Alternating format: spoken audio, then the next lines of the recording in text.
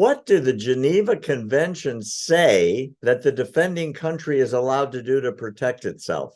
We're going to tell you.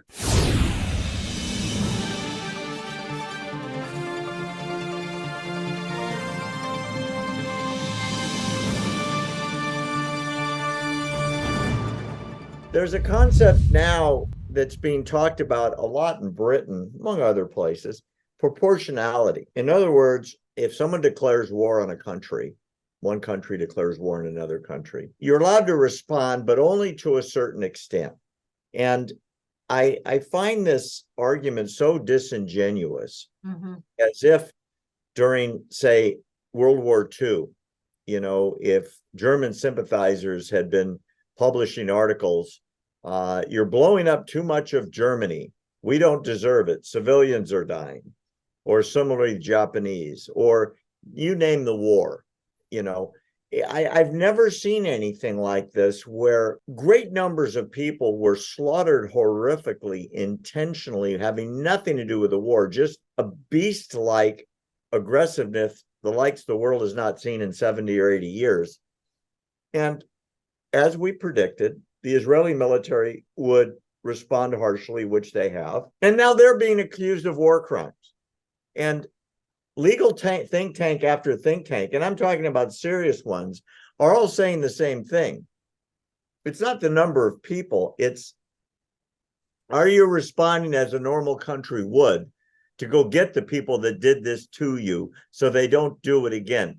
What would you say to all this media in China, in Russia, in Britain, at the UN, that are saying the destruction of Gaza is disproportional to the massacre? Well, you're absolutely right. And it's on our college campuses, too. It's in the surveys taken of young people, the young cohort in America, 18 to, 30 or something like that, who somehow are marching with the placards and the signs and the chants supporting Hamas, supporting their bloodlust and slaughter on the Shabbat massacre of October 7th. I would like to see them, all those students, all their professors, and all the deans and the heads of the colleges and universities in America brought into theaters to watch the videos that have been put together by the IDF.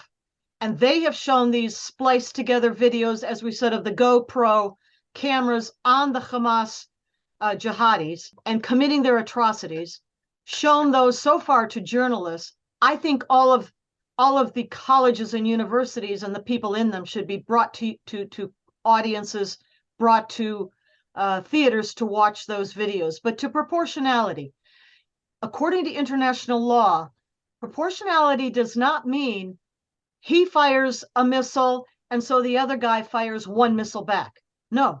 What proportionality under international law says is that the response of the one attacked must coincide, must be proportional to the threat of the attacker, of the aggressor, to nullify the ability of that aggressor to attack anymore. It is not against how many missiles did they fire, how many rockets.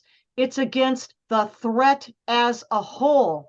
What does it take to end that threat? The threat of the jihadi Hamas, the threat of Palestinian Islamic Jihad to ever again threaten the Jewish state of Israel and its people with harm, with killing, slaughter.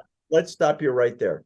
Just this morning, before we came on the air, a senior Hamas military commander announced, I think it was on TikTok, that they've got plans that are much worse than October 7th that they plan to carry out. And they plan and will kill thousands of Jews. Now, when I hear that this morning, today, in light of your explanation, it would seem that the only credible end to this is either unconditional surrender or the deaths of all these people who planned, carried out, and are planning to carry out more similar slaughter. Is that what you're saying? Yes, I am. Absolutely right.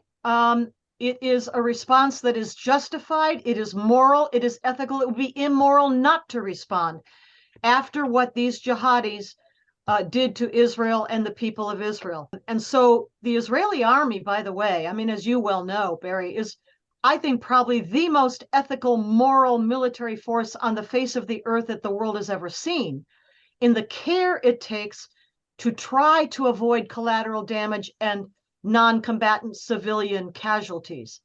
And what they've done so And a lot far, of good, and a lot of good it does on PR. not on PR, no, but that's our job, right? That's what we're doing. Thank you very much to you and others like you. They've dropped leaflets. Get out of northern Gaza, move to the south, leave Gaza City. And the care they take with precision strikes, they have now killed, for example, at least a dozen or more of the very top leadership of Hamas in Gaza. Yes, civilians are also being hurt, harmed, killed as the IDF moves through Gaza, but they're not targeting. That's international law. If you inadvertently, you don't want to, you don't mean to, you don't target the civilian population, but some of them are harmed and killed anyway, that is not against international law. That is abiding by international law, and that's what the IDF is doing. Well said.